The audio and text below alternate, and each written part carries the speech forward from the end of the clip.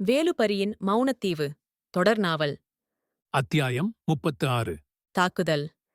அவ்வாறு எல்லோரும் மதிய உணவு வேளையை முடித்துவிட்டு அங்கிருந்து நகர ஆரம்பிக்கும்போது இடும்பனை அழைத்த வேலன், உனக்கு நம்பிக்கையான சில தைரியமுள்ள தமிழ்ப் பெண்களிடம் இன்று இரவு ஏதாவது கலவரம் தொடங்கினால் உடனேயே எல்லா பெண்களையும் குழந்தைகளையும் கூட்டிக் கொண்டு கோட்டைக் கதவுகளைத் தாண்டி ஓடிப்போய் குடில்களுக்குள் உள்ளே பூட்டிக்கொண்டு நாங்கள் வந்து கூப்பிடும் வரை வெளியே வராமல் இருக்கச் சொல்லு.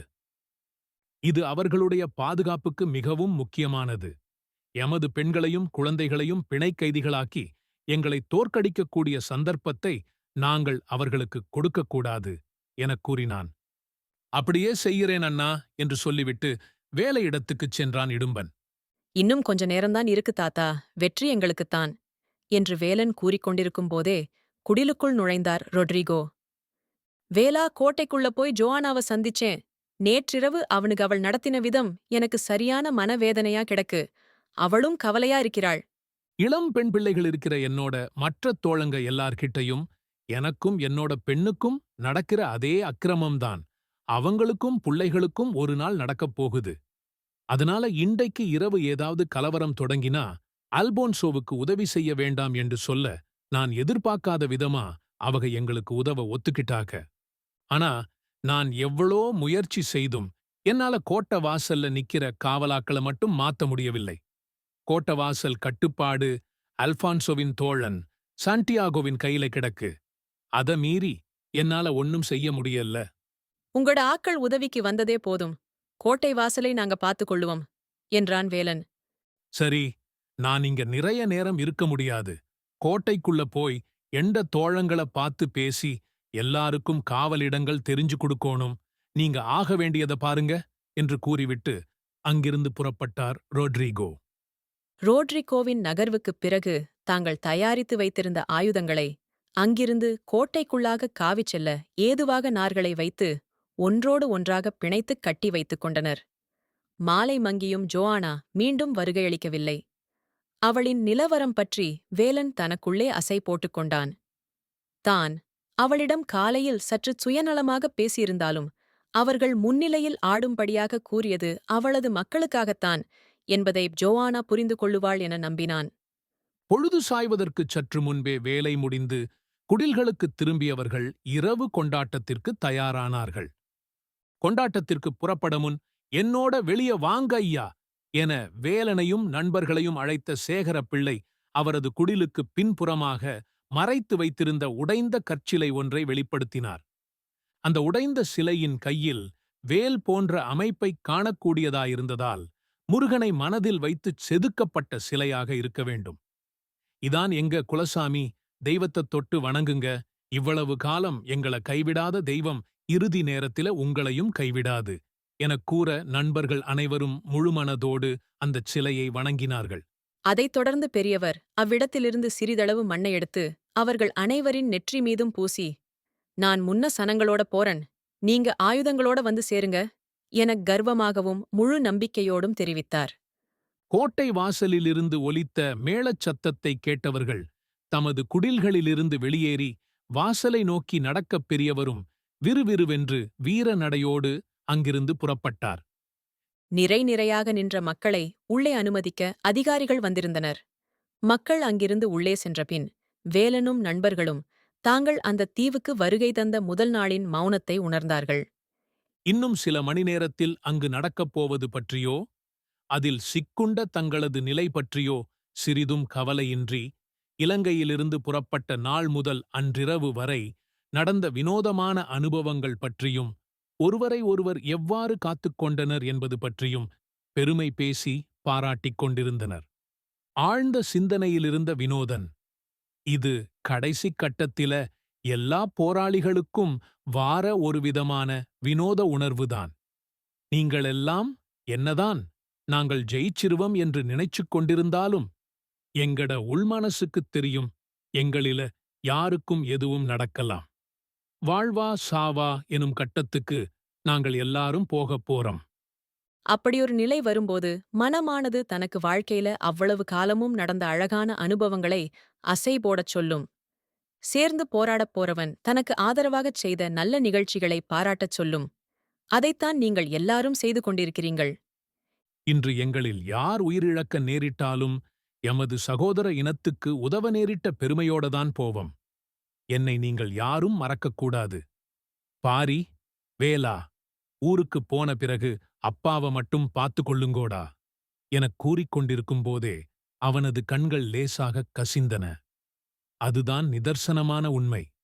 மற்றையவர்கள் கொஞ்சமும் சோர்ந்துவிடக்கூடாது என்றும், மேலும் தனது நண்பர்கள் எவருக்கும் எந்த அசம்பாவிதமும் நிகழ தான் அனுமதிக்க மாட்டேன் என்பதிலும் மிகுந்த நம்பிக்கையோடு இருந்தான் வேலன்.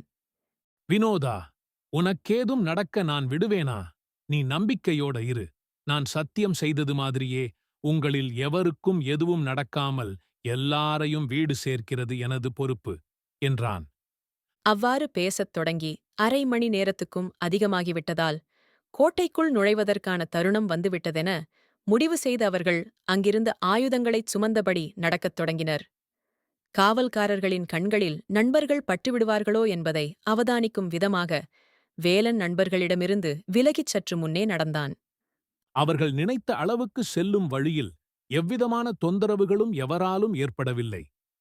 அதை வைத்து ரொட்ரிகோ தனது வேலையைச் செய்ய ஆரம்பித்து விட்டார் என்பதை உறுதி செய்து கொண்டனர். மேலும் முன்னேற முன்னேறச் சற்று தொலைவில் தெரிய ஆரம்பித்தது கோட்டை வாயில்.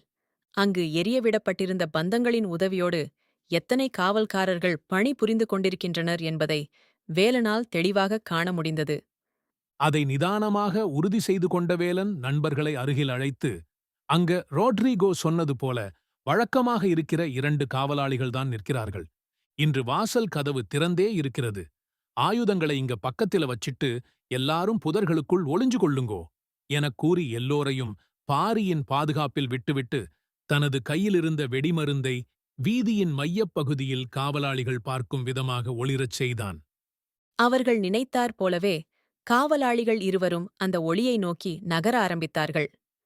தக்க தருணம் வரும் வரை காத்திருந்த வேலனும் நண்பர்களும் காவலாளிகள் அந்தச் சுவாலையை ஆராய முற்படும் வேளையில் அவர்கள் மீது தாக்குதலை நடத்தி மயக்கமடையச் செய்தபின் அவர்களது உடைகளைக் கிழித்து அதையே சத்தம் போடாத வண்ணம் வாய்களில் அடைத்தனர்.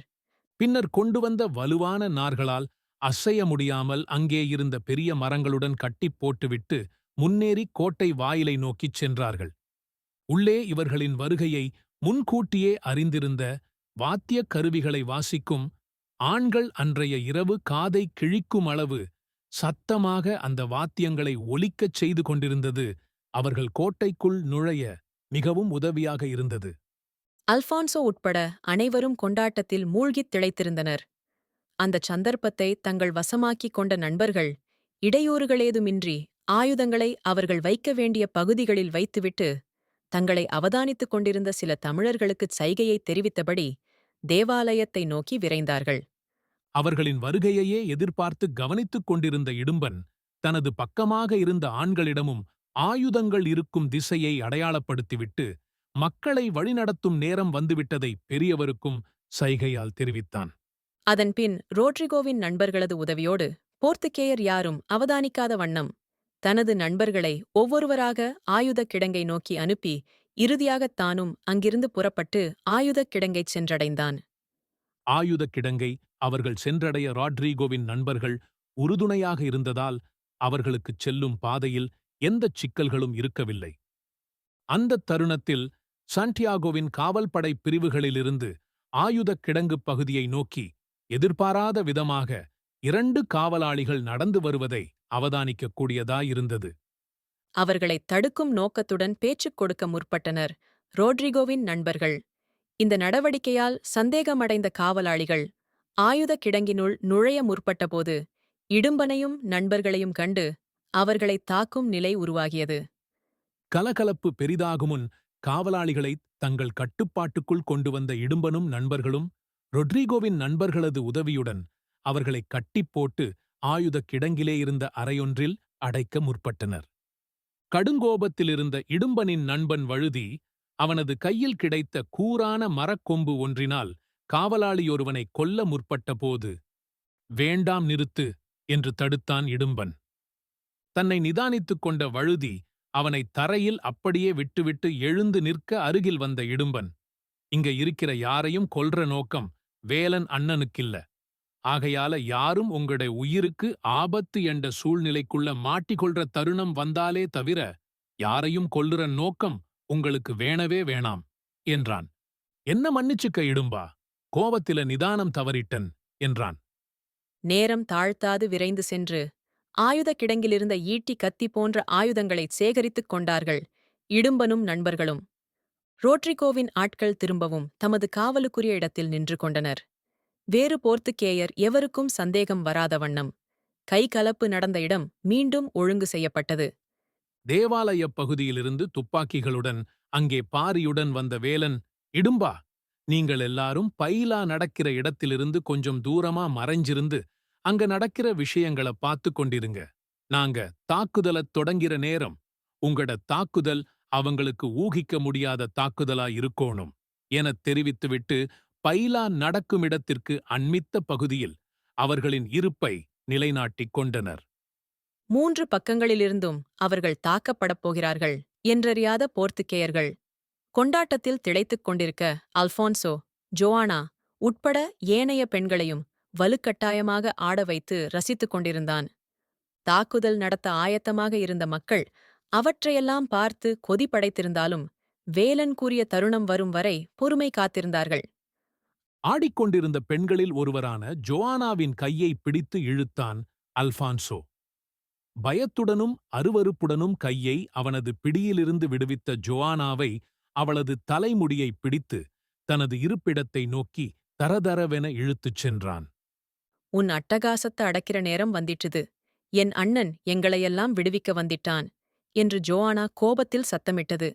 வாத்தியச் சத்தத்தில் யாருக்கும் கேட்கவில்லை. இடையில் சென்று அவனது காலில் விழுந்த ரொட்ரிகோவை எட்டி உதைய அவனுக்குப் பின்னே வந்த அல்ஃபான்சோவின் நண்பர்கள் இருவர் ரொட்ரிகோவின் இரு கைகளையும் இறுக்கிப் பிடித்து அவரை மண்டியிட்டு உட்காரச் செய்தார்கள்.